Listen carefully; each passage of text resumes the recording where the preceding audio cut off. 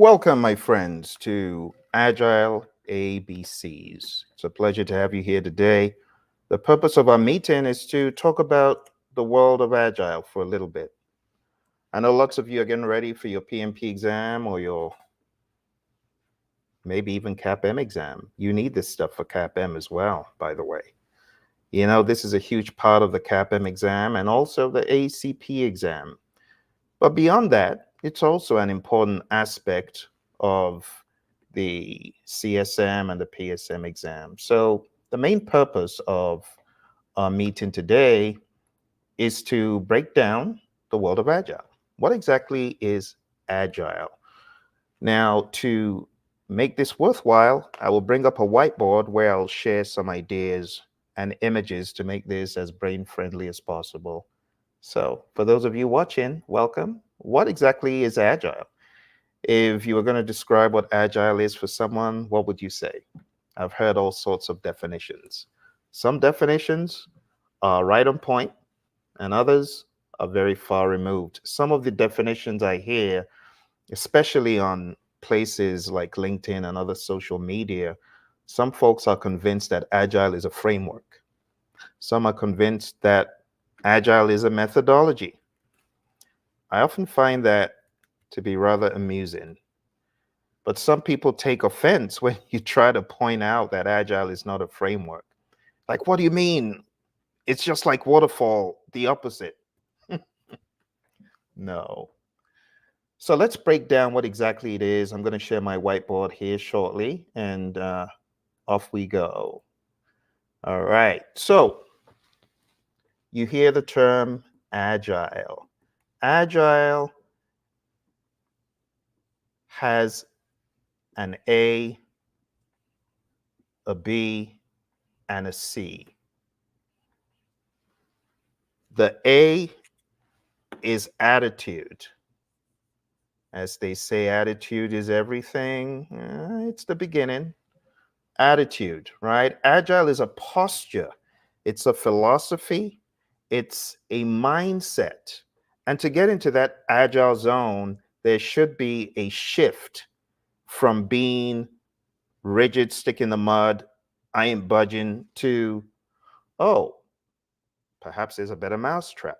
So that's the attitude. It's an open attitude, it's an open mindset, right? So it starts off before it gets into this attitude, it starts off with a mindset, and then that helps form the attitude towards openness, towards nimbleness, and then that translates into behavior. Right? Over time, the attitude is going to foster that behavior, an agile behavior. An agile attitude will foster an agile behavior. And as that permeates through the firm, that will then become culture. And these are the ABCs.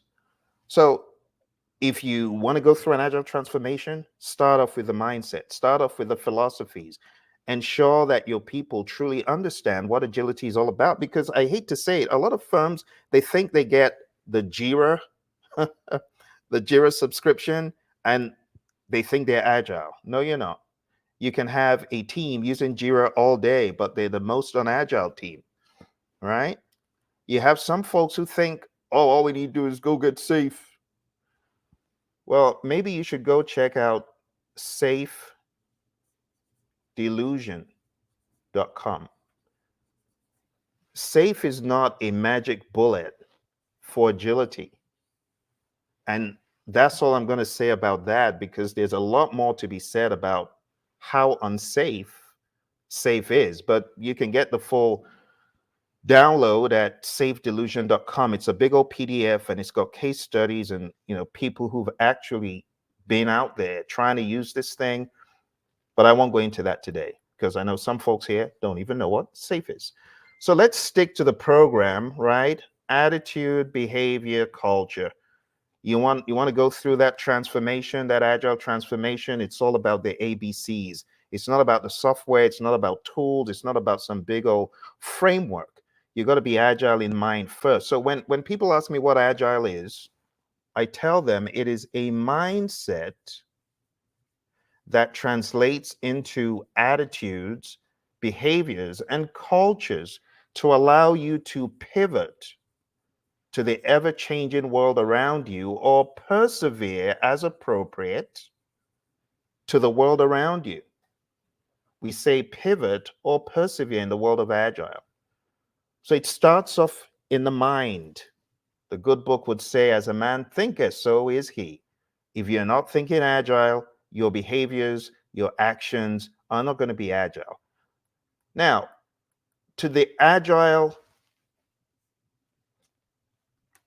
frontier out there who say, Phil, you can't say it's a mindset alone. I understand. I can't say it's a mindset alone. But agile starts off, right? It starts off here, right? Starts off over here. This is where the light bulb is going to come on, and someone will say, oh, I get it. I need to be more nimble. The great Mike Tyson, he said, everyone has a plan until they're punched in the face or until they're punched in the mouth. Where's your little plan now? You're on the canvas looking up. You ain't got no plan. You got to be agile. Even Iron Mike got it, that you got to be agile. Okay. So today I'm going to show you under the hood in the world of Agile, the Agile Manifesto. The Agile Manifesto, you can get this at agilemanifesto.org. And the Agile Manifesto is writings. I call them insights. I just like looking at them as insights, illumination of mind from 17 smart individuals. And these 17 smart individuals, they spent time musing and thinking about how to create a better mousetrap. Because a mousetrap that had been used for decades, for a long time, was the predictive mousetrap. Some people would refer to it incorrectly, I must say, as waterfall. It's not waterfall. We shouldn't insult waterfall. Waterfall has feedback loops. Right? The people at Rolls-Royce, when they put that together in the 50s or whenever it was, it had feedback loops. So when we say waterfall, a lot of times people, this is what they mean by waterfall. They mean just moving from one stage to the other. But there are feedback loops in the original waterfall schema, right? They are feedback loops. So we cannot say waterfall is strictly predictive. And I know that in industry, everyone, almost everyone says, oh, it's waterfall. And what they really mean is predictive. So let's get it straight. The right thing to say would be predictive. So in the world of predictive, things are often done 1 and then 2 and then 3 and 4 in quick or strict rotation without wiggle room, right? For going back and reiterating and stuff like that. So when you hear waterfall, that's really what people mean. So the Agile Manifesto authors, they had gone through that kind of world and they thought, let's put together a better mousetrap. So when you see it on the website, it's called Manifesto for Agile Software Development, but it's gone far beyond software, right? Even though those folks were well versed, they weren't just in software, but software was predominantly where a lot of them were.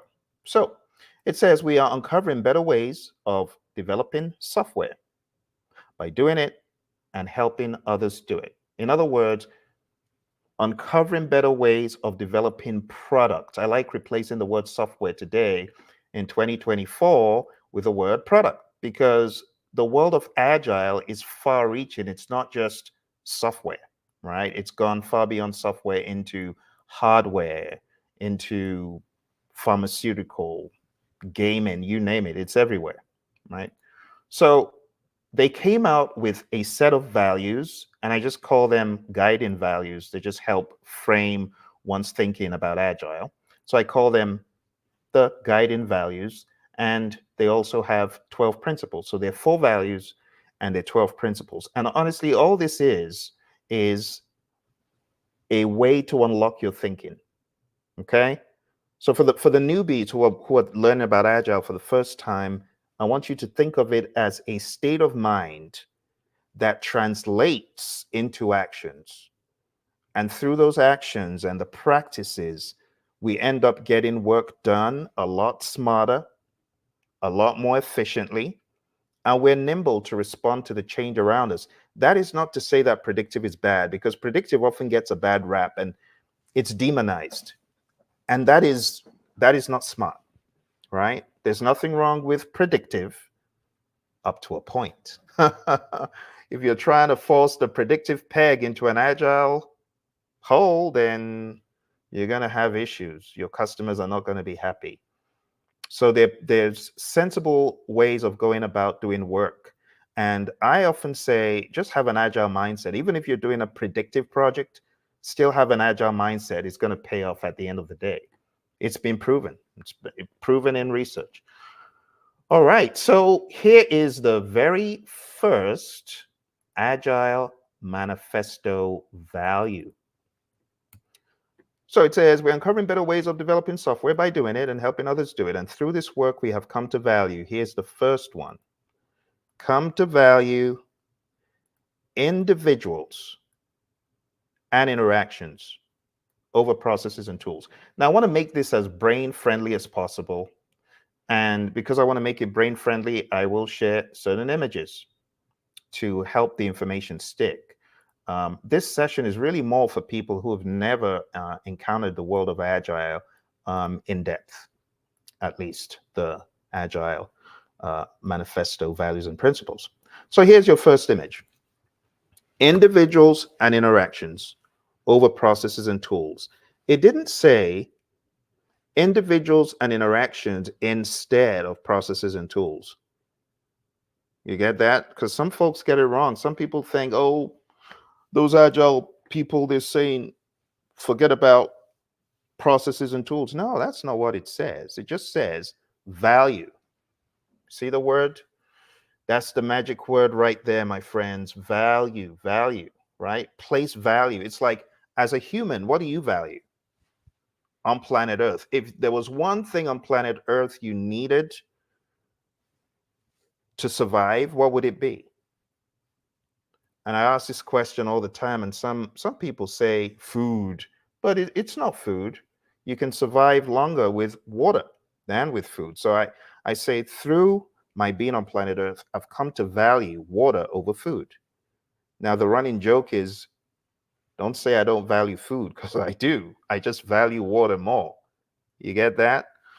So the idea is a mindset of valuing people and how they interact, people and giving them a forum to discuss, people and allowing them to do what humans do.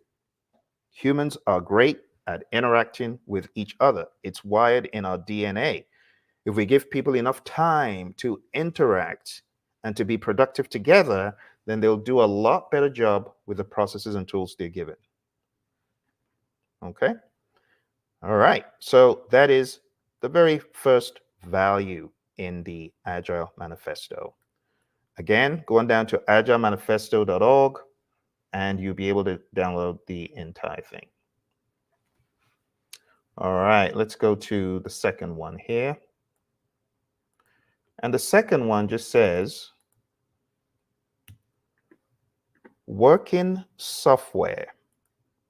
We've come to value working software over comprehensive documentation. Now, let me ask you this. What do you think comprehensive documentation means, or what do you think it looks like? You know, there's a way of making documentation efficient, and there's a way of making documentation laborious. So there's nothing wrong in documentation. Let's get that straight. But what good is a big old pile of documents if you do not have a working product? Again, it's a value mentality. Value. What do you value? Do you value a broken down jalopy, or do you value a document that is big and redundant? Neither. What you would value is if this was a working product, right? Then you'd be able to use the big old documentation. So again, it's a mind shift, right? focusing on what is important. Working software, working product.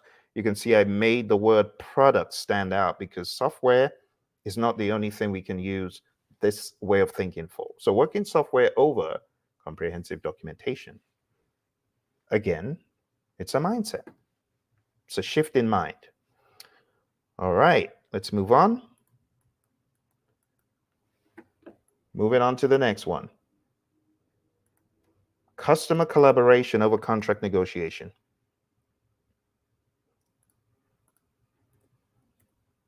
Again, it's a state of mind. Would you rather collaborate with the customer to find a way forward, or would you rather negotiate? And we're not saying negotiation is bad. We're just saying what you place value on. So if you're thinking collaboration coming into a negotiation, well, what's going to happen? You are likely to get further ahead in the negotiation if you come in with the right mindset. Okay? So the comic strip says it all. In negotiations, it's not uncommon to find one party trying to win over another. And they've got these gotcha clauses and the small print. And sad to say, a lot of companies are like this.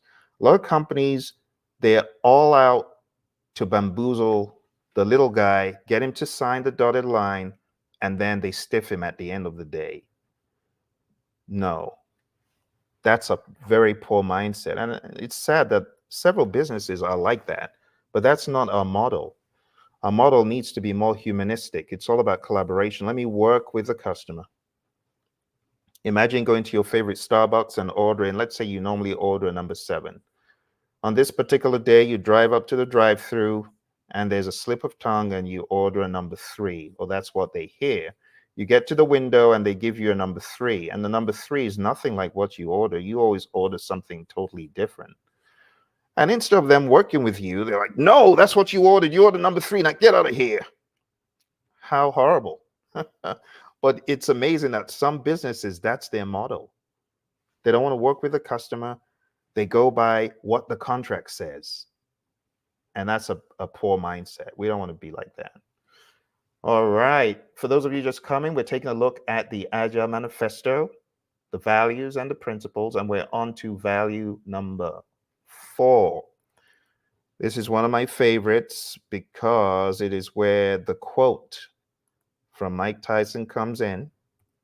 Everyone has a plan until they're punched in the face. Everyone's talking about what they're going to do until crazy COVID comes on the scene and they're, oh, I guess we can't build that 10-story structure anymore. I guess it's curtains for us now. No, just respond to the change. Just don't build. Just don't build. Do something else. Pivot to the world around you. That's the idea. So, my friends, responding to change over following a plan. I want to give you a visual for this one. Can you imagine walking by a street of opportunity? Let's say you're on your way to a busy, very important meeting, but then you see opportunity and you're like, no, we got to follow the plan. There's an opportunity for you to make a windfall. No, we're going to follow the plan. There's an opportunity for you to learn what could be life-changing. No, we're going to follow the plan. You see, there are going to be some people are going to be like the guy on the left.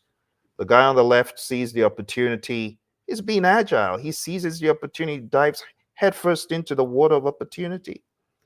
But you have the zombie who says, no, I got to follow the plan. I must follow the plan. Now, there's a place for the plan, but there's a place to ditch the plan. There's a place to modify the plan. There's a place to kick out the plan. The problem with a lot of folks is they're not agile, so they miss the opportunity because they're so focused on the plan that at the end of the day, it probably will need to change anyway. So value responding to change. If you were a CEO and you heard that one of your team members bypassed an opportunity for a windfall because they were following a plan for peanuts, how would you feel? A plan for peanuts? You got to be smart. Honestly, so when I think about agile, I just think that's equal to being smart. It's being equal to being smart, right? So those are the four values. We've just looked at the four values. And if you have any questions about any of this, let me know. Again, Agile is a mind shift, it's a mind state, it's a mindset. And let's not get it twisted. When we say mindset, we're not saying your mind is set never to change. It's the opposite. It's a mind state of being nimble. So we're not saying be rigid, it's the opposite. We're saying have a flexible mind. Okay? Very good. For those of my friends who are out there, I know some of you are getting ready for this PMP exam, and you're like, well, Phil, this is just the beginning. There's a lot more difficult fish to fry. I understand. I understand. And that's why I've got you covered. For those of you who are getting ready for the PMP or the ACP, which, by the way, will be changing, we won't talk about that right now. But all I'll say is if you want to get ACP certified, now is the time to jump on the wagon, because the exam's going to change and they're going to bring in some other ingredients from the world of DA, disciplined agile. We'll talk about that another day. If you go to the Agile Raw and Uncut podcast, you can hear what my buddy Roy and I have to say about that, about the whole discipline agile thing. But we won't go into that today. We'll just keep moving on to the principles. But if you are looking to take the exam and you're looking for training and coaching, go to Agile Aficionado, agileaficionado.com. All right, let's go into the principles behind the Agile Manifesto. The principles. So, what do the principles say? There are 12 principles. And as usual, I will illuminate them with a little bit of imagery, a little bit of color. Again, the principles are more on the tactile side. It's now getting down to your day-to-day and giving you, as it were, a vision, a blueprint of how to be agile, right? How to be agile indeed, not just to, some people are just doing agile, and you got to do it, but you got to think it. And if you're not thinking it and you're doing agile, you're not going to be agile. It's that simple. All right, so let's go to the first one. Number one, again, a shift in mind. It says our highest priority is to satisfy the customer through early and continuous delivery of valuable software. Now, I want to take the liberty here to remind you to think product. You don't just want to say software, because, like I said, the world has moved on since 2001. Everyone's found that, almost everyone has found that the Agile Manifesto values and principles are so awesome. So, I mean, it could be used anywhere, even in the food business. In this humorous comic strip here, it says, "Dear customer, you're my number one priority, and I have more delicious food for you." You're looking to satisfy the customer. That's your definite chief aim, right? In this world of agile, satisfying the customer with early. So let's break down these words. These words are not for nothing. Early and continuous. Why do we want it to be early? Well, we want to deliver early because our customer may need an early delivery of value to immediately begin to get additional value from the value we deliver. For example, if you're working on a system and you are looking to do all 20 modules, it's not a bad idea, but what if you delivered one module so your customer could begin getting value from that, and you delivered a second module and they are already seeing a difference? They're already tapping into the value instead of waiting to the end of the 12-month project, like some people do in predictive. And maybe there's a reason for that. I don't begrudge those who need to do that, but you always want to be on the lookout. Can we deliver earlier? Could we deliver a piece earlier? I remember when I was at Citigroup way back in the early 2000s at Canary Wharf in London, we moved into the building, but we didn't wait until all the 30 plus floors were built. in that tower, 33 Canada Square, what we did was begin to move in bit by bit. So while there was still building out the top, we, records management people, service people, we'd already moved in. And that's early, right? And then continuous. We want that flow to continue. Contrary to how it is in the world of predictive, where things just happen, boom, one time, and then it's over. In the world of agile, it's not always a one-time thing. This could continue for years. It could continue for years. It could continue for weeks. It could continue for months. It could be a one-time thing, but it could continue. And this is where the agile mindset is very different. In your spare time, just read a little bit about DevOps, and then you'll understand the dynamic there. Development and operations. We develop, but then we help manage and sustain the thing. So when we talk about continuous delivery, it shouldn't be strange in this world of agile. We want to keep that value flow on. All right, I think you get the idea. Let's move on to number 2. Principle number 2. And it states, welcome changing requirements. Uh-oh.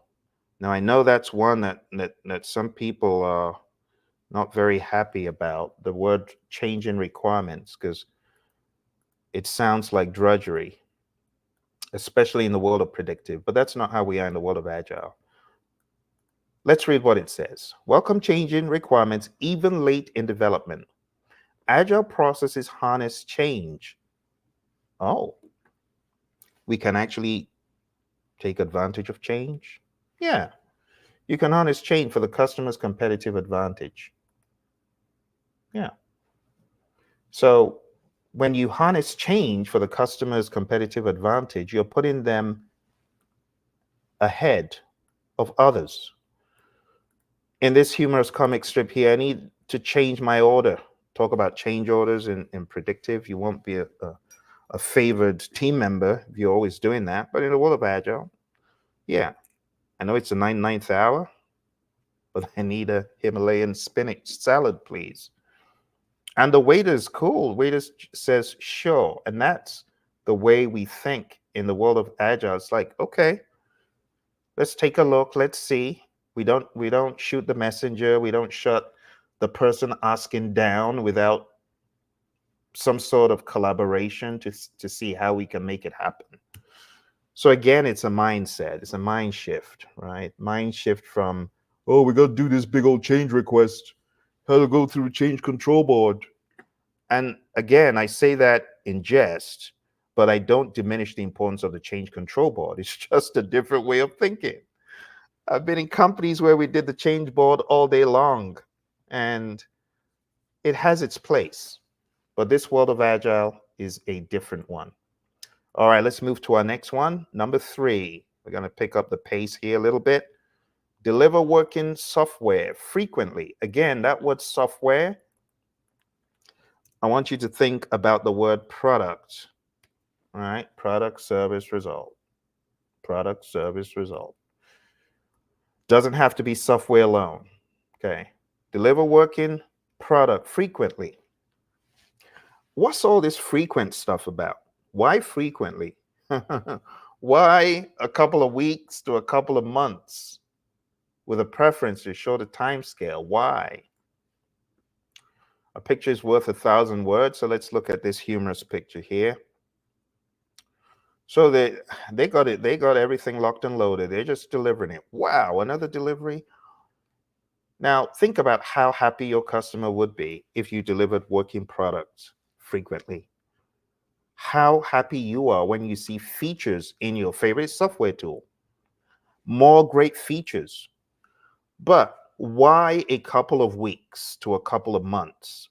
What's the big deal with that 2 weeks to 8 weeks? Well, if you stretch it beyond that, things become rather laborious, and you probably will end up losing some of your stakeholders' attention, some of their engagement. A couple of weeks is quite common in industry to finish a sprint. But this is not saying every sprint you must deliver. No, but it's suggesting a preference to the shorter time scale. Couple of months, wow, that's 2 months. While it may look short on a predictive project, on an agile project, that's a long time. When you deliver working product frequently, there's value, there's time for feedback from the customer, there's time for engagement, and you want that continuous cycle.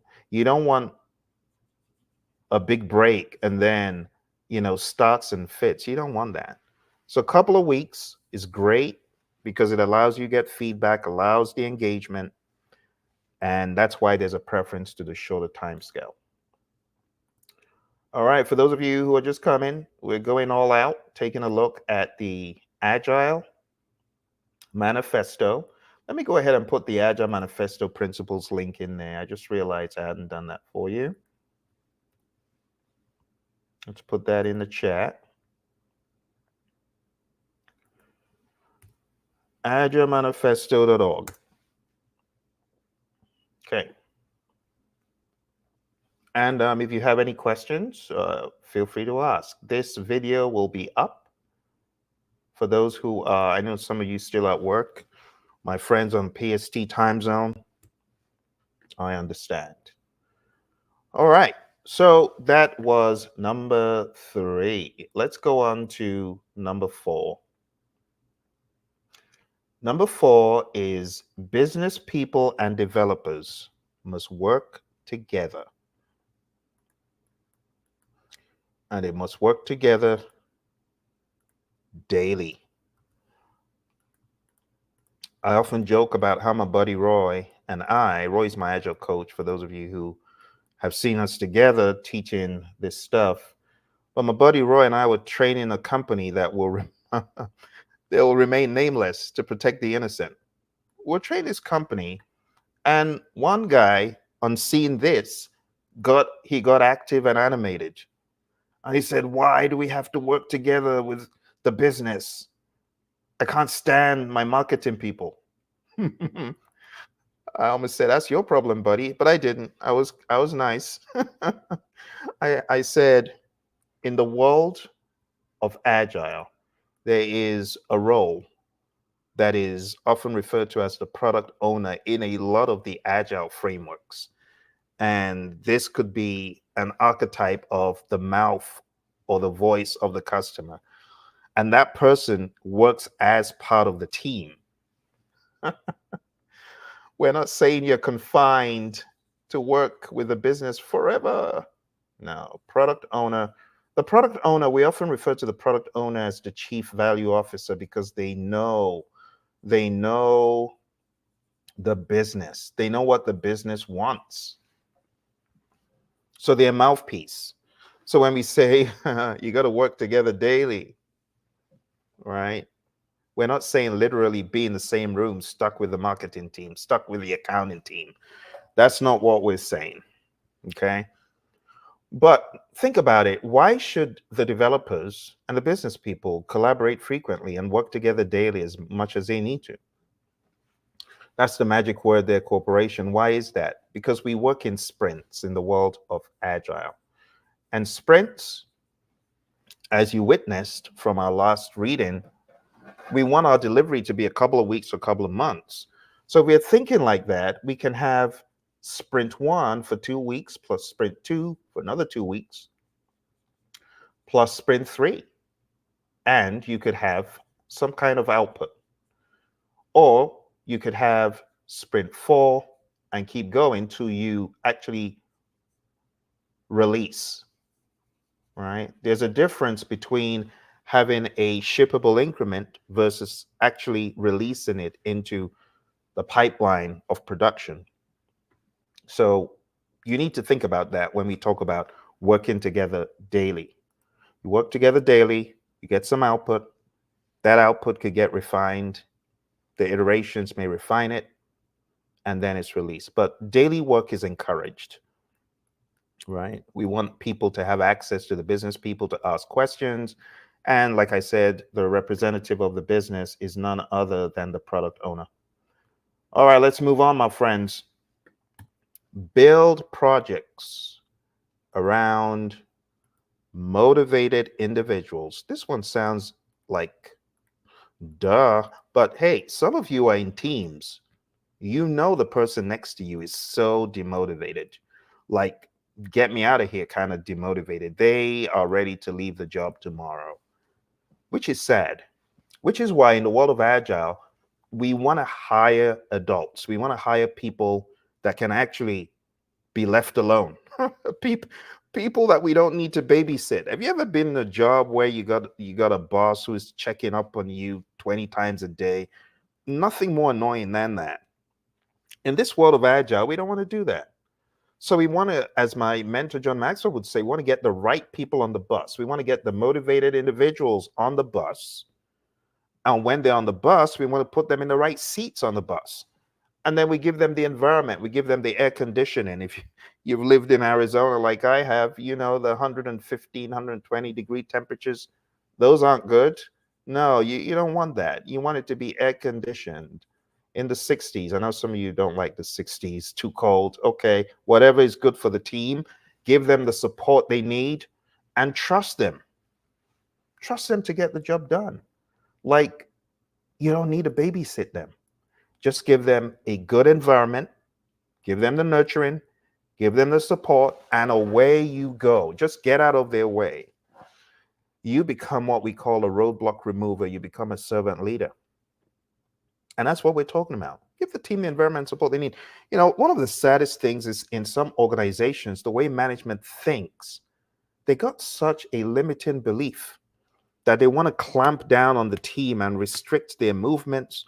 They want to treat them like kindergarten people. They want to browbeat them every second possible. And that's just not the Agile mindset, which is why Agile would not work in many draconian organizations, because the organization itself is built on distrust. Distrust of their people is built on carrot and sticks. It's built on theory X instead of theory Y. It's built on Douglas McGregor's theory X, coercion, carrot and sticks. And even when they give bonuses, they give him bonuses because they think people are inherently lazy.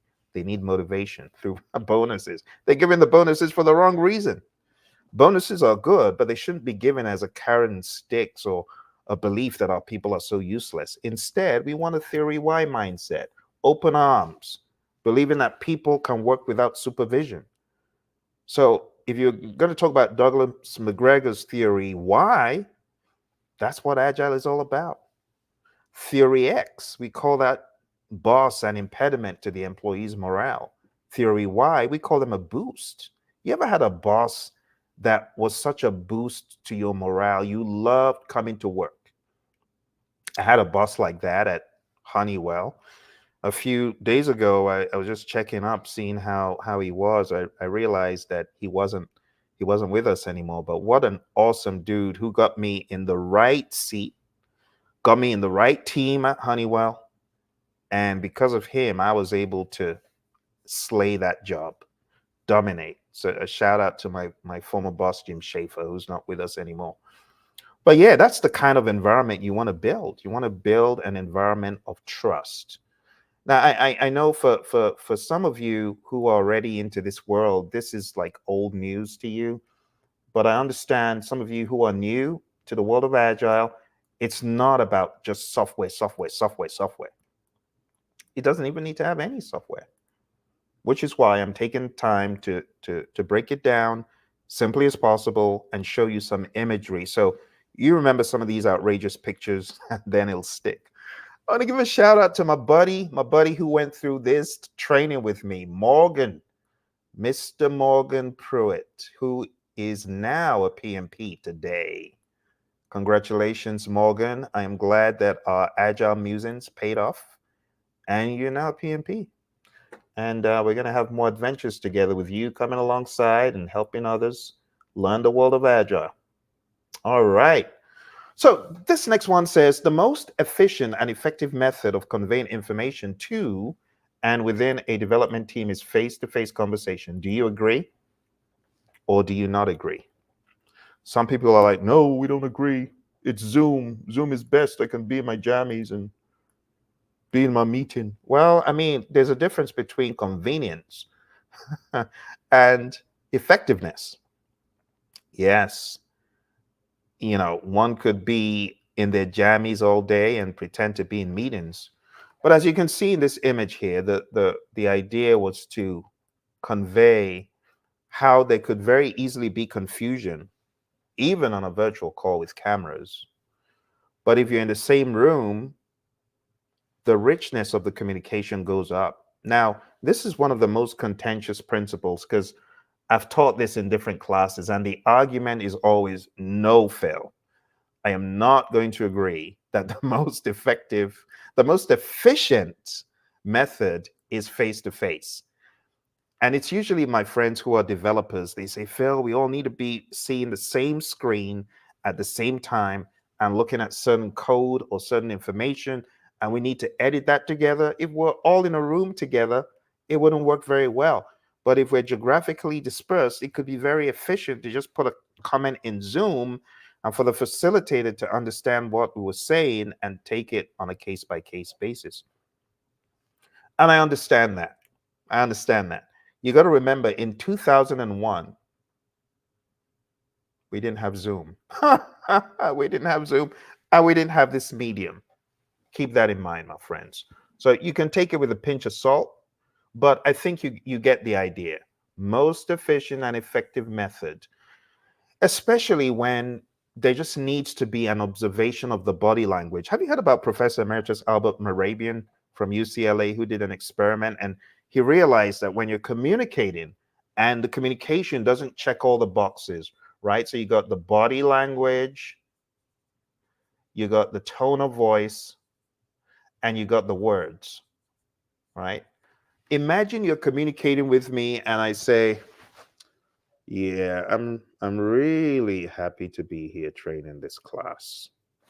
Now let me take my glasses off for a second. I'm really happy to be here training this class. Don't I sound and look happy? So what did you do? You immediately judged my body language, 55%. Boom, you said, nah, that guy doesn't sound happy. He doesn't look happy, right? So you did the tone of voice, that weighed in 38%. And the words, talk is cheap. You didn't even consider what I was saying because the words were not in alignment. And that's what Professor Emeritus Albert Mehrabian was saying when you're communicating and some of the numbers are missing, right? My buddy, Rick Brinkman, who wrote the book Dealing with People You Can't Stand, he said communication is like a phone number. If they're missing digits, your call isn't going to go through.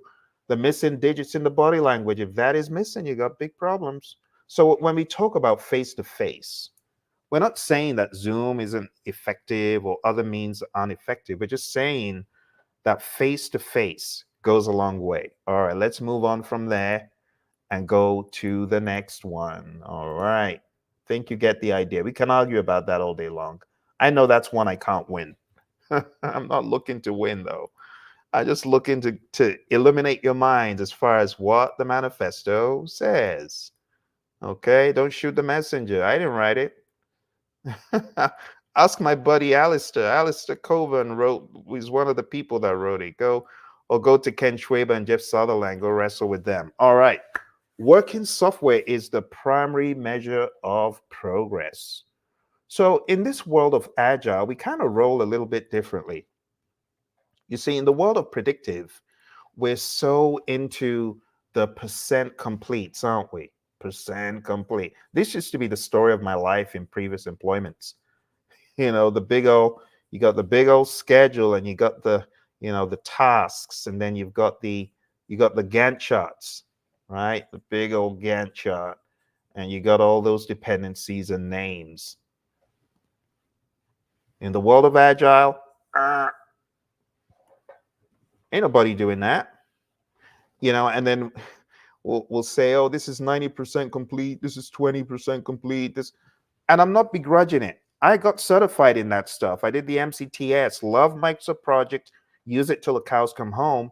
But in the world of Agile, my friends, this is no, it's a zero. We don't do that. Why don't we do that? Well, think about a team that's doing things in 2 week sprints. Where's the place for percent complete when you got one Friday and then you got another Friday, you got one Monday and another Monday? You ain't got time for all this. As those of you who come to my class on Saturday on the 21st, because I've got the power review, go to agileaficionado.com. I'm going to be teaching you a lot of this stuff for those of you, especially who are taking a PMP and an ACP. But you got to understand that it's either done in this world of Agile, it's either done or it's not, right? It's either done or it's not done. It's very simple. And the reason why it's like that is we ain't even got time to do the whole, oh, we're 2%, 3%. No, before you know it, you're at the end of the sprint. So when you are making that commitment to pick any of those stories or requirements or work pieces to be done, when you're pulling that to yourself in this world of Agile, you got to make sure that you can get it done, right? We talk about being honest. You got to be honest. So working software is a primary measure of progress. We're measuring progress by, is it done and does it work? Right? And of course, if it is truly done, then it should work. Okay, so you get the idea. All right. So we think a little bit differently in this world. You as the developer, because we use that word a lot in the world of Agile, that is not to say that we are developing software. So let's talk about this for a second, because this is a word that is used a lot in the world of Agile.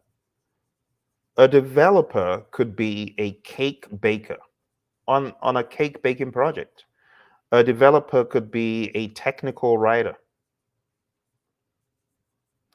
A developer could be an artist, could be a graphic artist, could be a doctor, right? Could be in a court of law, could be a lawyer, right? And I've had some lawyers who come through and gotten certified in some of these Agile things. It actually does make work very, very streamlined and better, because if you're in a turbulent world of complexity, you need Agile. I mean, Agile was like tailor-made for the world of chaos. When you think about why we need Agile, the case study can be thought of like this. Think about your requirements. Requirements, certainty. If you're certain about requirements, right, you're somewhere up here. If you're not certain about requirements, you're somewhere down here, right? And the recipe to reverse engineer this, we're going to call this requirements uncertainty. So I want you to think counter, right? Requirements uncertainty. If your requirements uncertainty is low, in other words, you are certain, then you're here. Think about technical uncertainty.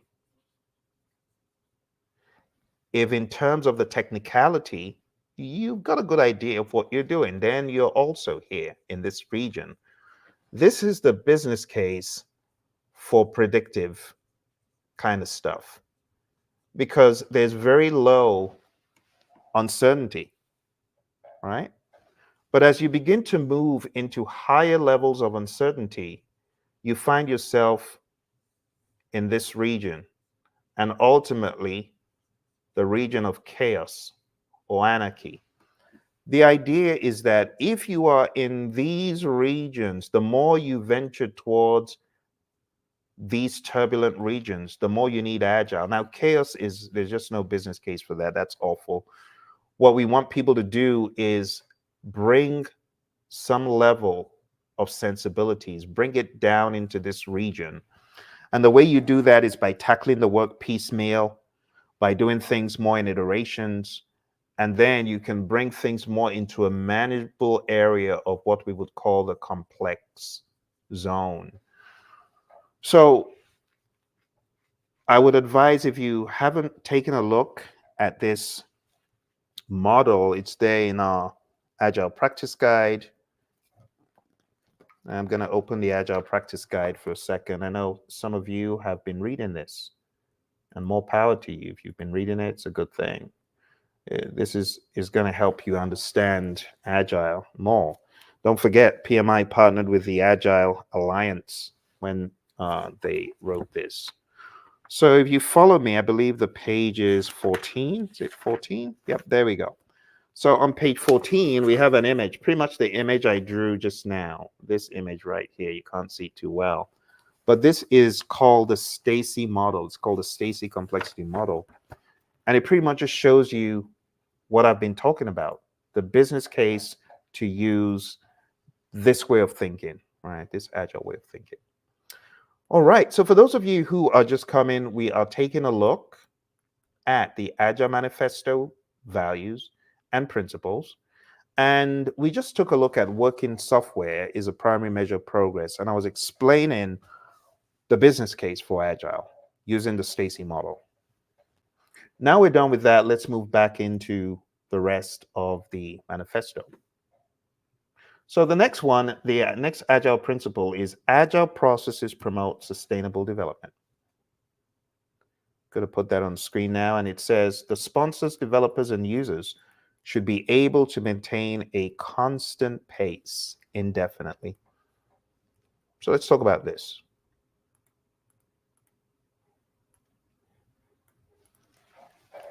What do we mean by Agile processes promote sustainable development? What we mean is, for the long haul, the developers, the sponsors, and the users should maintain a constant pace. It didn't say a fast pace. Some people incorrectly read this as saying a fast pace. No, sustainable pace. Remember the story of the tortoise and the hare. The tortoise was slow, but consistent. The hare was a speed demon, right? And the hare ran out of gas. So in this world of Agile, it's not so much about fast pace, it's about sustainable pace. And it's all because we want to be true to the ideas of using empirical information, empirical data, empiricism.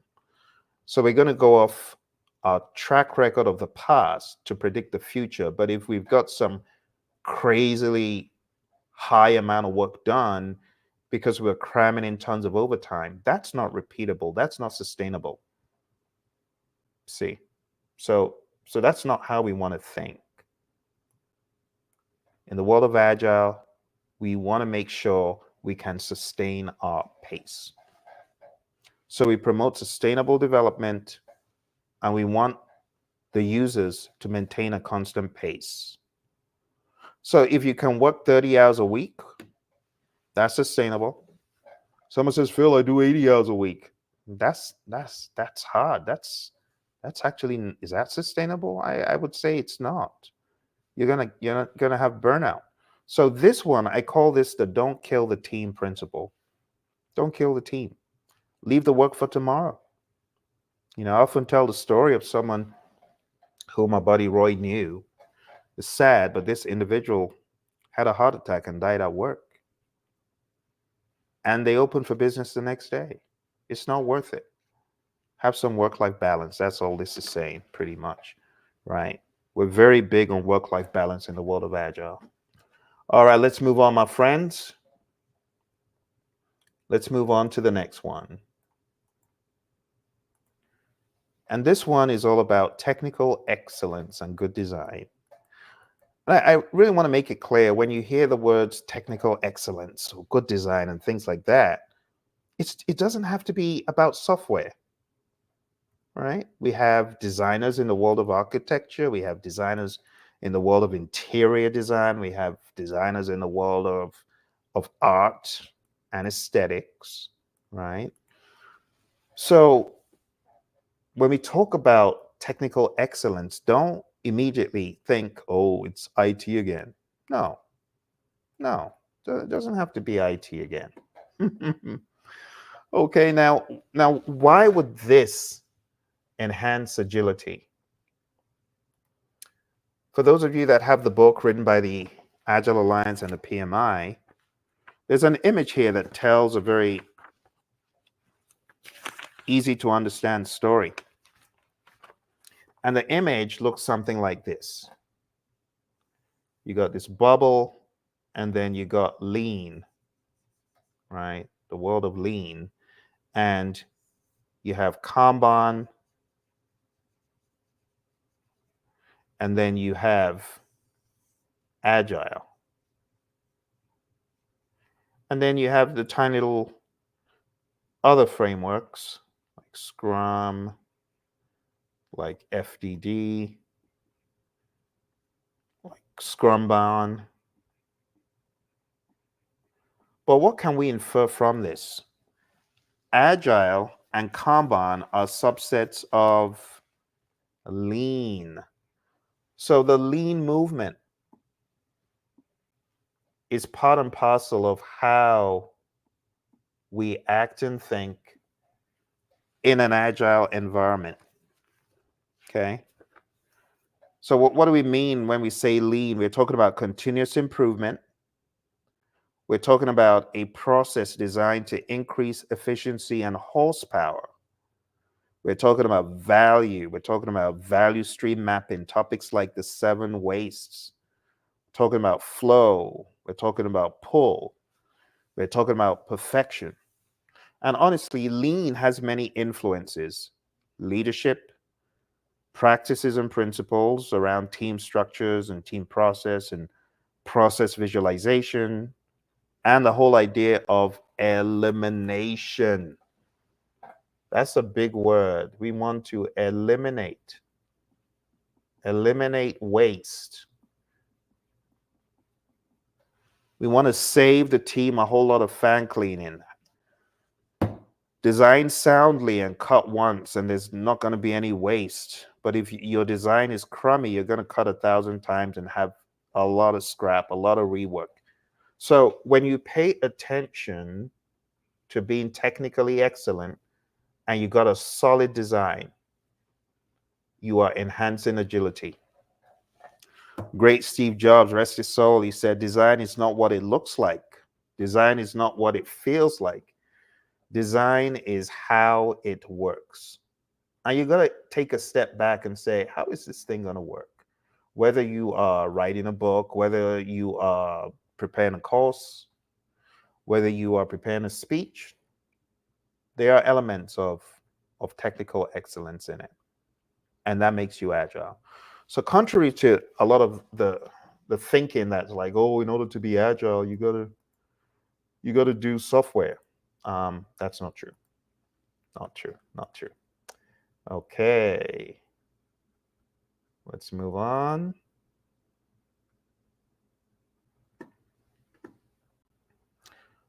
This next one is one of my favorites because it requires some thinking to even remotely understand what they're saying here. So let's read it together. Simplicity, the art of maximizing the amount of work not done. You see, maximizing the amount of work not done is an art. And a lot of folks are good at cutting out the crud. And cutting out the crud is what this is all about. Maximize the crud cut. Cut the crud. Don't just cut a little bit of the crud, all the crud. Be aggressive. That's what we call being lean. We call it cutting out the muda, right? The waste. That's what we call it in the world of quality. So the general idea is keep it simple, sir. Keep it simple, sister. You see all those tasks that they cut out, all the stuff that they didn't do, plus the airplane, the flight to who knows where, they cut it all out. And what we're saying in the world of Agile is this is essential to maximize the amount of fat that you cut out. Someone says, well, Phil, it's saying don't do work. Yeah, don't do busy work. There's productive work, there's essential work, and there's busy work. Why do you want to do the busy work? This just says don't do the busy work. All right, let's move on. We've only got a couple left. And this is another really powerful one that supports the idea of an autonomous team. Like in the world of Agile, one of the things we gravitate towards is team autonomy. Team autonomy. Give that team space, give them an environment and support. And they're going to come out with wowing designs, great architectures, even requirements. The best architectures, requirements, and designs emerge from self organizing teams. There's no boss breathing down their neck. Who is the boss? They're the boss. It's a self organizing, self led, self managed team. Each person on the team identifies, I'm a leader. You hold me accountable as a team member. I hold you accountable as a team member. We all have that mutual accountability. That's why we call the Agile team the mutual accountability society. We hold each other accountable and it works. The boss isn't breathing down your neck telling you what to do, when to go for break, and all the minutia, right? In the world of predictive, we generally have rank and file, but in this world of Agile, it's not the case. You could think of it as a flat structure where every entity there has some say in how things are done because we are all leading together, right? Self-organizing, self-managed, self-led. That is not to say that it's a free for all and they don't report to management. They do, but in terms of getting the work done, these folks, they decide what done means, right? These folks decide on the social contract or the ground rules, if you will, right? The team contracts, they have one.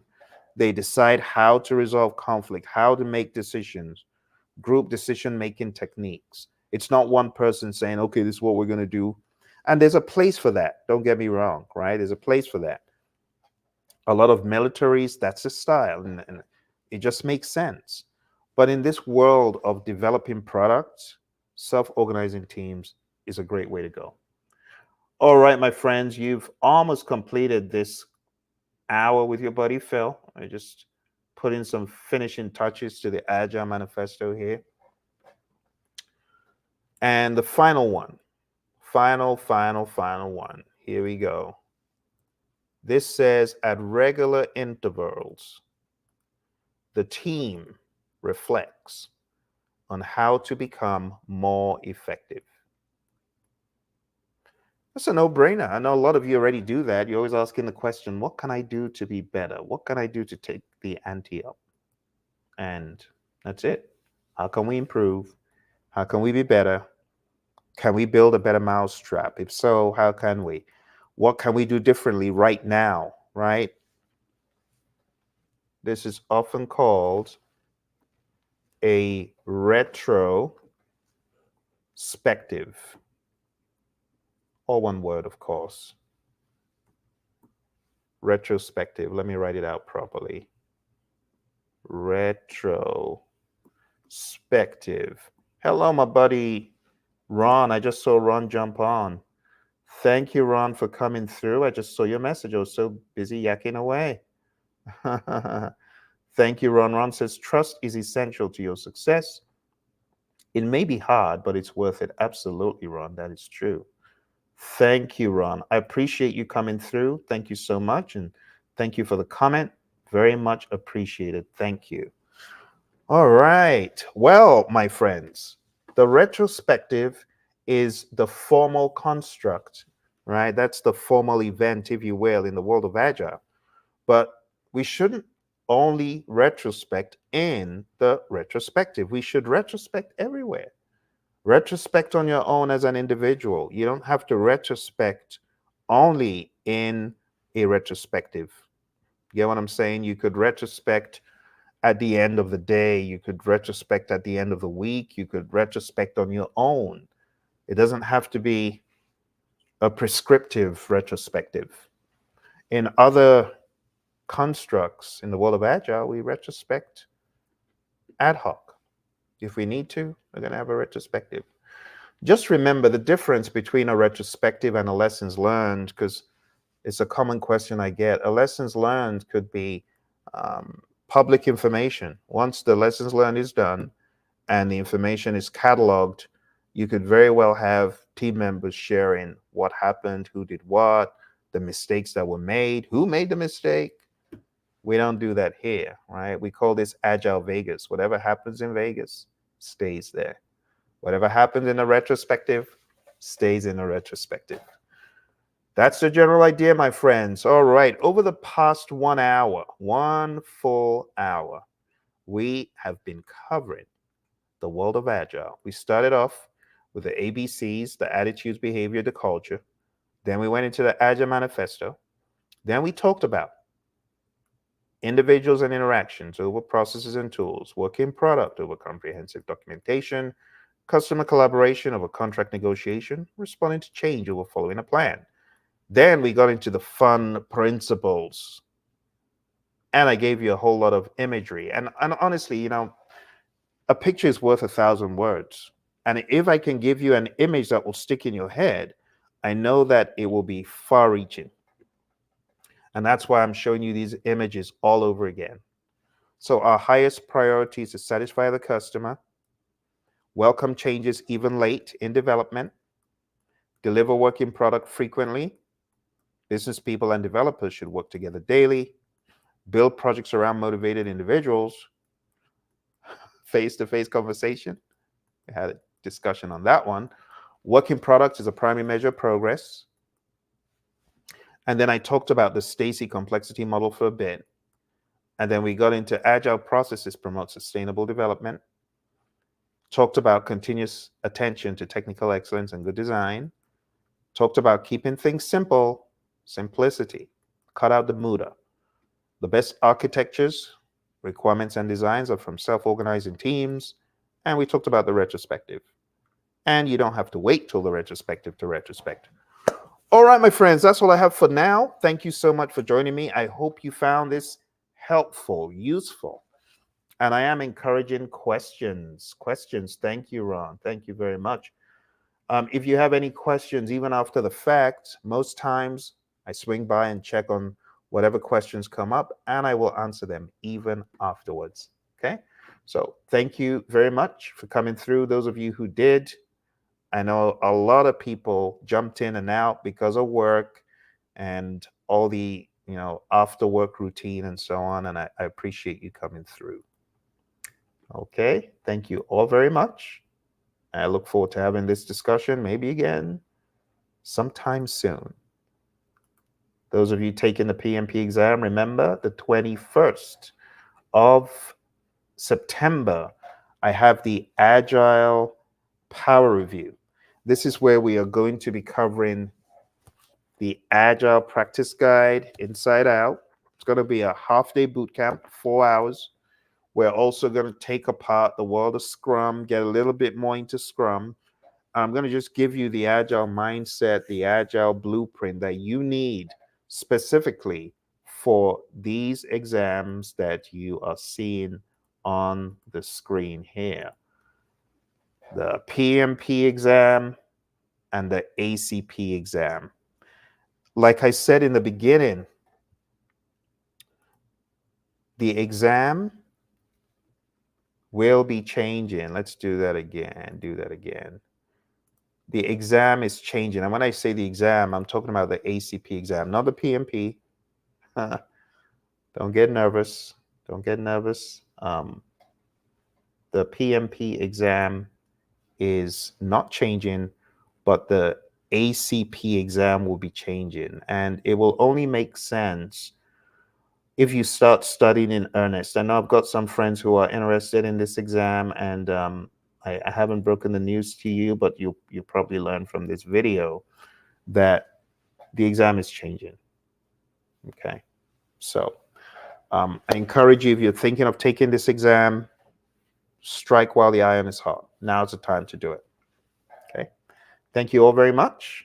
I appreciate you, and I look forward to having another discussion about Agile sometime in the future. Until then, you take care and bye for now.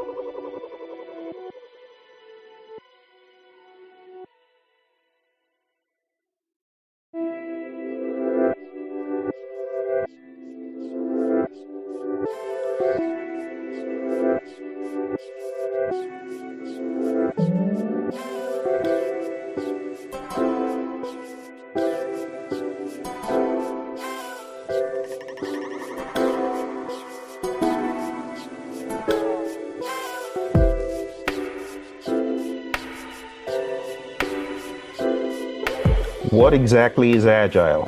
You might have heard the term Agile, but what exactly does it mean? That's what we're going to study today.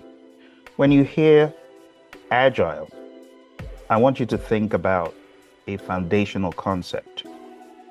Think about a foundational concept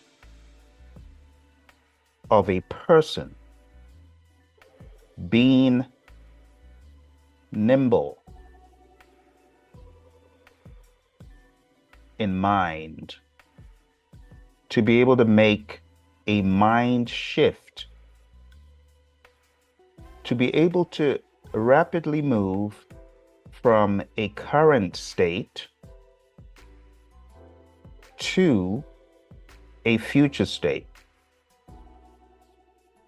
and rapidly and nimbly. The reason why you should be agile is the landscape in the world around you is changing very rapidly. So I often say agile is primarily a mindset, a philosophy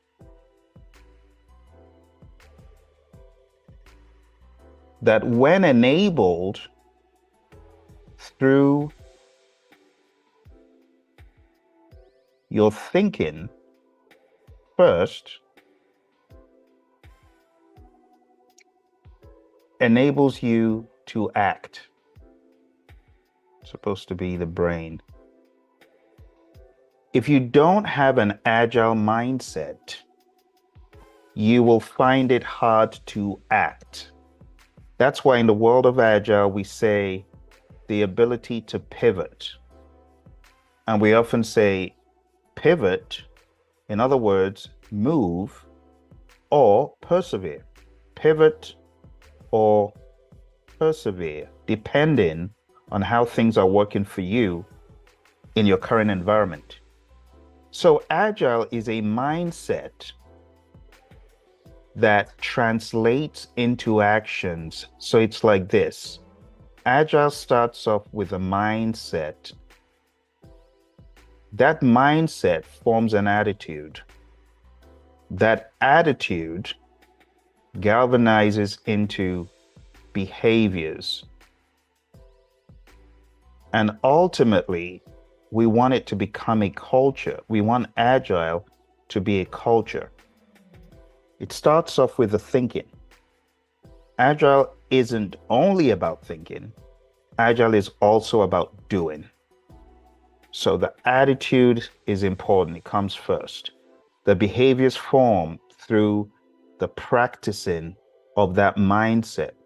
And ultimately, it just becomes a second nature.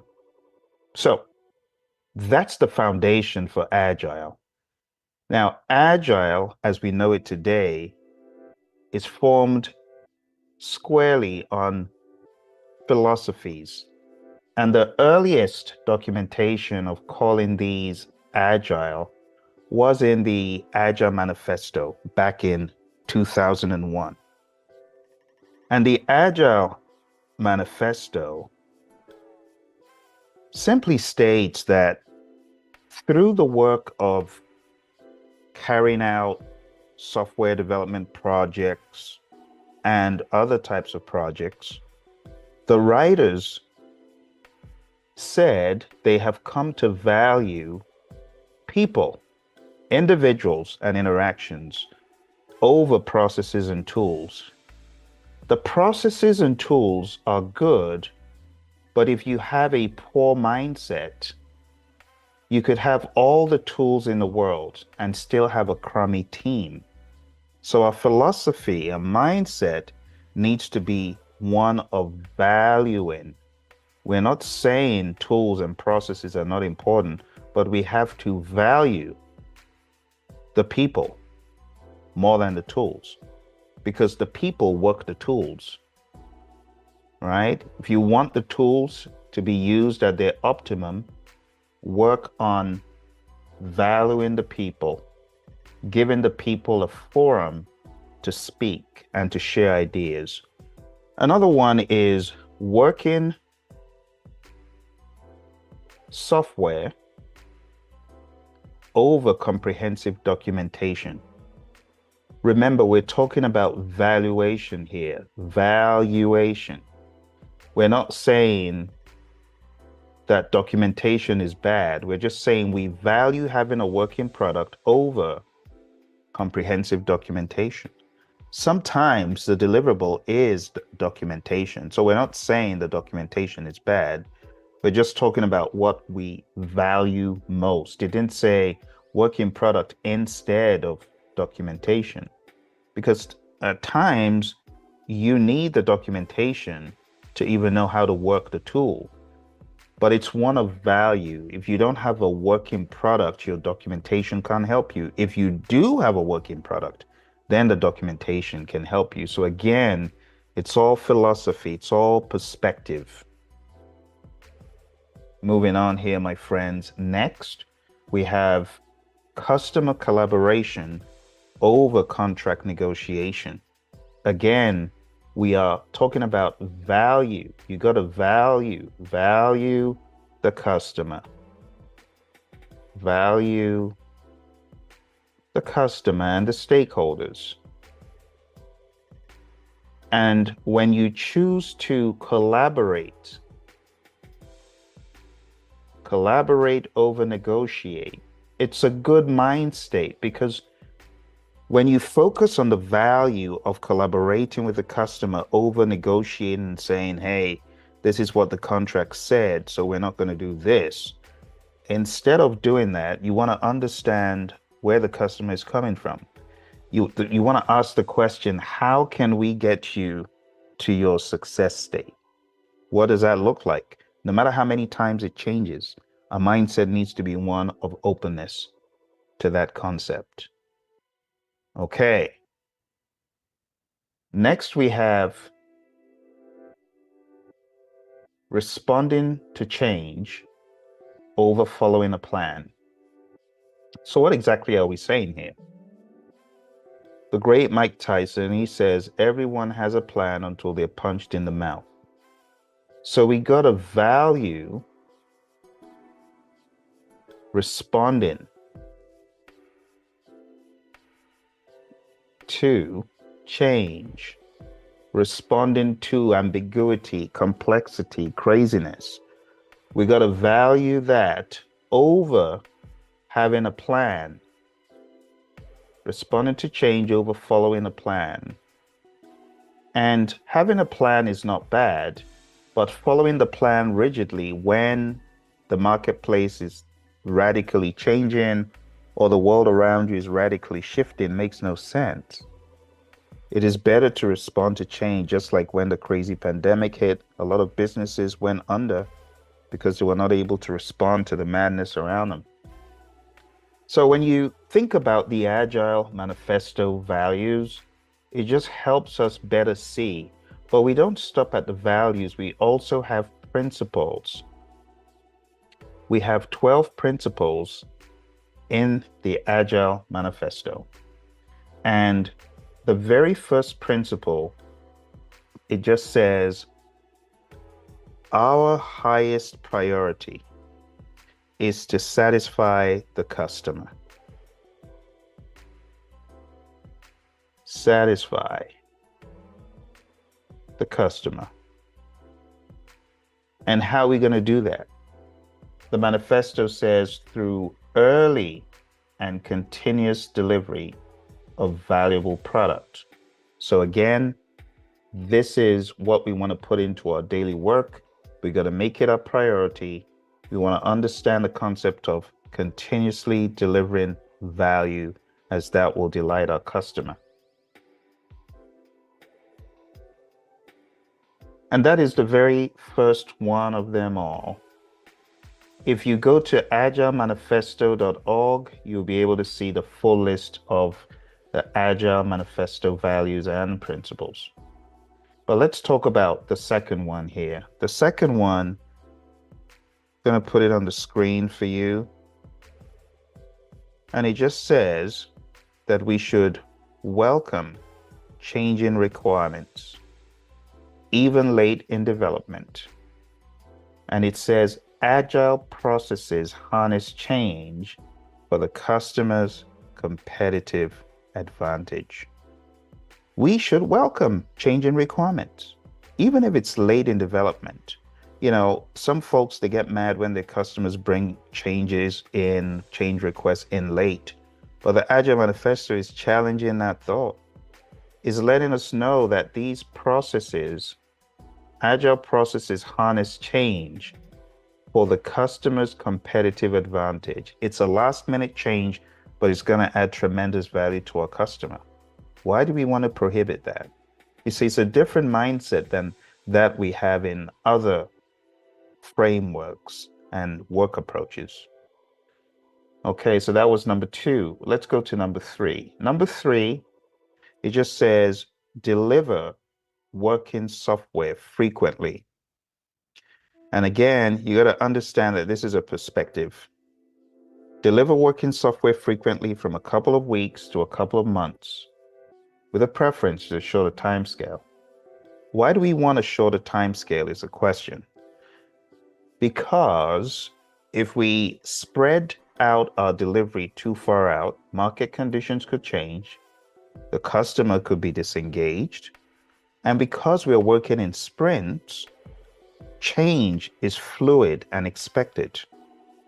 But this isn't talking about ending the sprint, it's talking about delivery. Delivery could be sprint 1, sprint 2, sprint 3, deliver.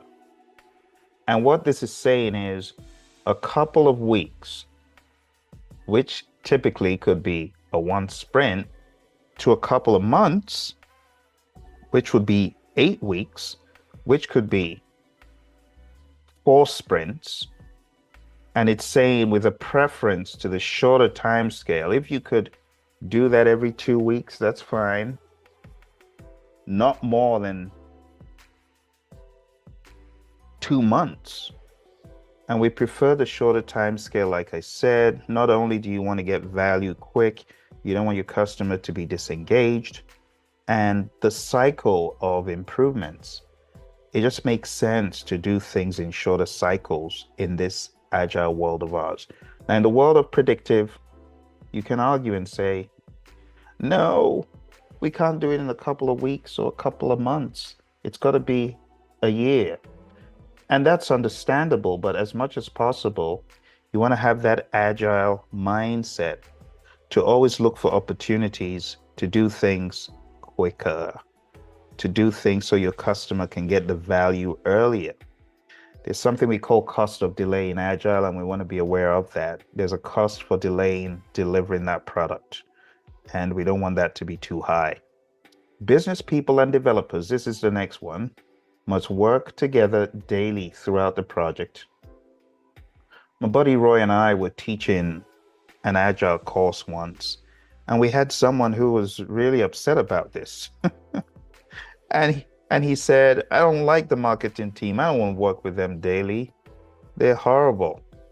And I said, that's not the mindset that we want to generate in this world of Agile. I didn't say that clearly, but we realized he needed a little bit of help. We said, yeah, that is an attitudinal problem. But when we say business people and developers, we kind of laughed and we said the business people being spoken about refers to people on the side of the functional organizational department that have a need. And guess who is their representative? It's a product owner. And the product owner is meant to be part of the team. So it's not like you're in a sentence, a life sentence, to work with people you don't want to. First of all, we must have a positive mental attitude, right? We must be transparent and try to move any obstacles preventing us from working with people. But we want to work together because teamwork makes the dream work. None of us is as smart as all of us, as the saying goes. So it needs to be a mindset of working together to get value done. Okay. So the product owner is the business representative and they communicate the ideas that the business has. And we want to work daily, right, with our product owner. Some teams are very mature and may not need the product owner support uh, as much, but younger teams who are just learning the product and learning the business, they may need more product ownership presence daily. All right. The next Agile Manifesto principle states build projects around motivated individuals. Now, this might sound funny to some people because some people are like, Phil, we of course will build around motivated people. Would you build around an unmotivated person? And I say, yeah, but it's not a no-brainer because some managements they forget that they hired good people, right? So what we're saying is once you build around the right people, water the team just like a plant, give them the support they need, trust them to get the job done, and they're going to knock it out of the park. They're going to get stuff done beyond the wildest dreams of the management. Management's going to be like, wow, I'm glad we got out of your way and let you let you get your work done. So we want to create a supportive environment. We want to create a place where the team feels safe. We want to create the ideas of being able to retreat for quiet so you can work and develop, being a transparent team where no one is going to be browbeaten for speaking the truth or speaking their mind, but we want to get out of their way. We want to trust them to get the job done. So again, it's a principle. You can see that it's very humanistic and very mind driven. All right.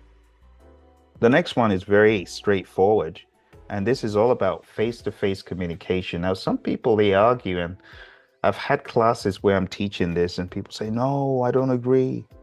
It's not face-to-face. That's the most effective way of communicating. It's Zoom.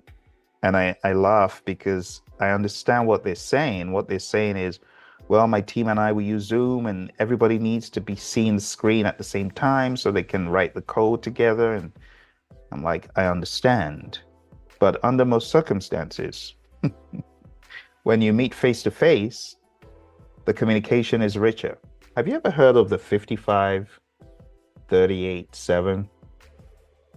And this is from Professor Emeritus Albert Moravian, where there's high stakes communication and the message between the words, the tone of voice, and the body language is not congruent.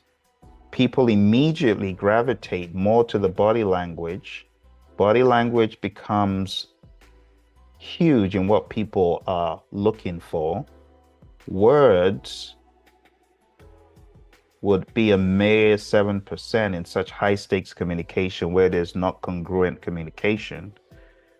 And then the tone of voice in situations where there's no congruence and it's high stakes communication, 38% will be the tone of voice. So if you're communicating and things are not adding up, people are going to gravitate more to the body language. And that's just a slight indicator of the importance of body language. Talk is cheap. Action speaks louder than words. Body language. You could be saying, I love you, but you got a frown on your face and your arms are folded and your fists curled into a tight ball. You run from that person no matter what they're saying. So Face to face just goes a longer way. It helps pass the messages across, the nonverbal cues.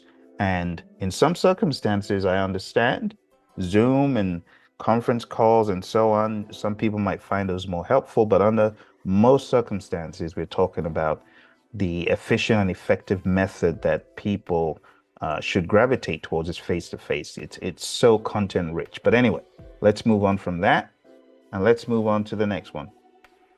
And the next one, it simply says, a working product is a primary measure of progress in this world of Agile. It's all about what have you accomplished? Is it done? Not percent complete. Because if it's not done in this world of Agile, if it's not done, it ain't done. It ain't done.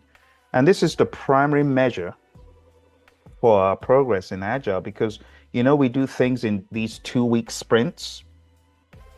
And if in a 2-week sprint, the work isn't finished, it's not done, nobody cares that you are 99% done. This means nothing in the world of Agile. We don't do percent completes. It's either done or it's not done, right? And that's why at the beginning of every sprint, we commit to undertaking a certain amount of work with a view to getting it done. So the question isn't what percent complete are you in this world of Agile? It's, are you done? And sometimes we have to clarify, are you done? Not just, I wrote the code. Well, has it been peer reviewed? Has it been tested? Has it been unit tested? And so on and so forth. All right. I hope this stuff is making sense to you so far. If it is, do me a favor, smash the like button. And if you have any comments about the Agile Manifesto or questions, feel free to drop them below. All right, let's move on to the next one. Next one states, Agile processes promote sustainable development. The sponsors, developers, and users should be able to maintain a constant pace indefinitely. Note the word. This is a tricky one because some people will see a totally different word. I want you to see the word here. The word is constant pace. Constant pace. That's the word. That's the magic word, constant. It didn't say fast. Not fast. It's possible to have a constant fast pace, but it didn't say fast pace, it said constant. And constant could be medium, it could be slow, it could be fast. So what are we saying? We're saying that when you commit to doing work as a team, don't be a speed demon. Don't try to bite off more than you can chew. I just call this the don't kill the team principle. And the don't kill the team principle means let the team work at a pace they can sustain, realistically speaking. Don't go say, oh, we can do 200 when the team has never even done 100. Oh, we'll just make them do overtime. No, we don't subscribe to that readily in the world of Agile because it skews our metrics. It skews some of the metrics we use in our burn up or burn down charts, in our velocity. So that's a general idea. Okay. So we are over the halfway mark and we only have a few left. Let's move on to the very next one, my friends. Next in line, we have this one. It says continuous attention to technical excellence and good design enhances agility. What are we saying? We're saying that when you pay attention to technical excellence, you save a whole lot of fan cleaning because Agile is from the world of lean as well. And from that overarching lean thinking, we're trying to avoid waste. When you pay attention to being technically excellent, making things technically sound, designing stuff that is airtight, you are really enhancing agility. Because remember, Agile, again, is a mindset. In this world of Agile, one of the things we want to do is ensure that we are avoiding waste. Waste is not our friend. Okay. So we want to be lean. We want to be a lean and mean machine. And the way to be lean is to be technically excellent, make a good design, design once, and cut appropriately. And then you won't have so many concerns coming back and technical debt and defects and so on if you spend time being technically excellent. All right, Steve Jobs knew a thing or two about that. When you see those Apple designs, for those who want the Apple haters, because I know Apple has its haters, but you got to give it to Apple. They did spend some good time in being technically excellent and doing good design, and that's why they're kind of like the gold standard for the smartphone. I know my other friends who have the other phone, they won't like that, but it is what it is. Okay, let's move on. Simplicity. Simplicity, the art of maximizing the amount of work not done. This is very hard for some people to understand, but it's like this. To keep it simple, cut out a ton of fat. There's a lot of stuff people do that's busy work, or is not needed, or it convolutes the situation, it convolutes the job. What we're saying here is keep it simple. Keep it simple, sir. Keep it simple, sister. How do you keep it simple? Cut out the fat. Maximize the work not done.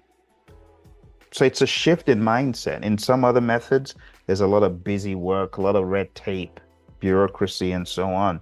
Here in the world of Agile, we want to just keep it simple, sir.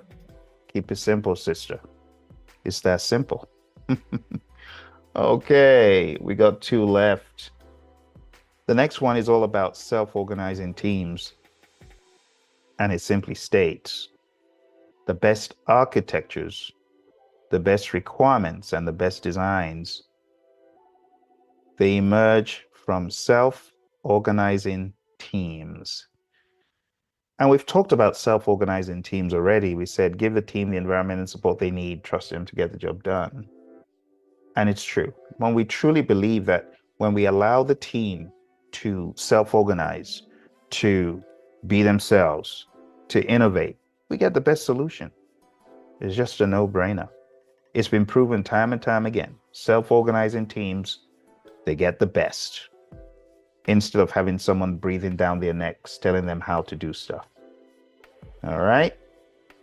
Okay, my friends, here's our final view and principle 12. Principle 12 states that at regular intervals, the team reflects on how to become more effective. And then they tune and adjust their behavior accordingly. What is this referring to? This is referring to what we call the retrospective. A retrospective is where you look in the rearview mirror and you say, what went well? What didn't go so well? What are we going to improve on right now? What are we going to improve on the long term? Long-term improvements. And so on and so forth. Going around the room, being honest, everyone sharing their perspective. And when you do that, the team has its marching orders and they understand, okay, this is what we're going to correct right away. Sometimes it's a mental correction. And other times it needs to be something more elaborate, more expansive. And there you have it, my friends. Over the past number of minutes, we covered the 12 Agile Manifesto principles. And in the very beginning, we also covered the concept of the values. So I said Agile is a mind state, it's a mindset. We talked about individuals and interactions over processes and tools, valuing working product, valuing collaboration, valuing responding to change. And then in the principles, we talked about welcoming change in requirements. We talked about the highest priority, first of all. That was the number one thing we talked about. And there's a reason why this is number one, because it's our highest priority to satisfy the customer. Then we talked about welcoming change in requirements, delivering working product frequently from a couple of weeks to a couple of months. We talked about business people working together with the developers. We talked about building projects around a motivated team, talked about face-to-face conversation being important, working software being the primary measure of progress, agile processes promoting sustainable development, talked about being a lean and mean machine with technical excellence and good design, talked about keep it simple, sister, and talked about the best architectures, requirements, and designs coming from self-organizing teams. And then we talked about the retrospective. Well, there you have it, my friends. I hope you found value from this. If you did, do smash the like button, subscribe, and I'll see you again in another video. And whether you're taking, the CSM, this stuff is valuable for all the Agile certifications, CSM, PSM, ACP, so on and so forth. This is the foundation. Thank you very much. I'll see you soon. Bye for now.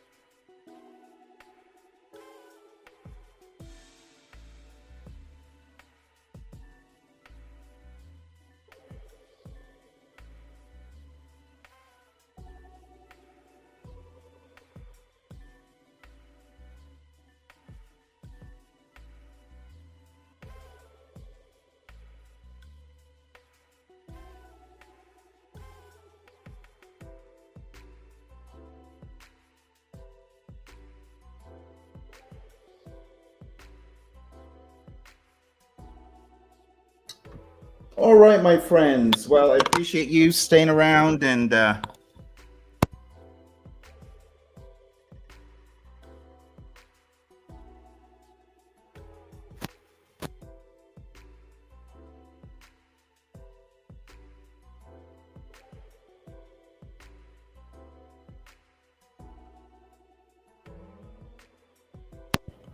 we're going to be having the Agile Immersion, where we're taking a look at the PMP and the ACP content for those people who need to get their Agile button down. Just going down to the ticker tape below, it's agileaficionado.com, and you'll be able to sign up for training that's happening this weekend on Saturday, the 21st of September. Great way for you to spend your Saturday learning some Agile in a half-day boot camp. All right, my friends, thank you very much for joining. I'll talk to you soon. Bye for now.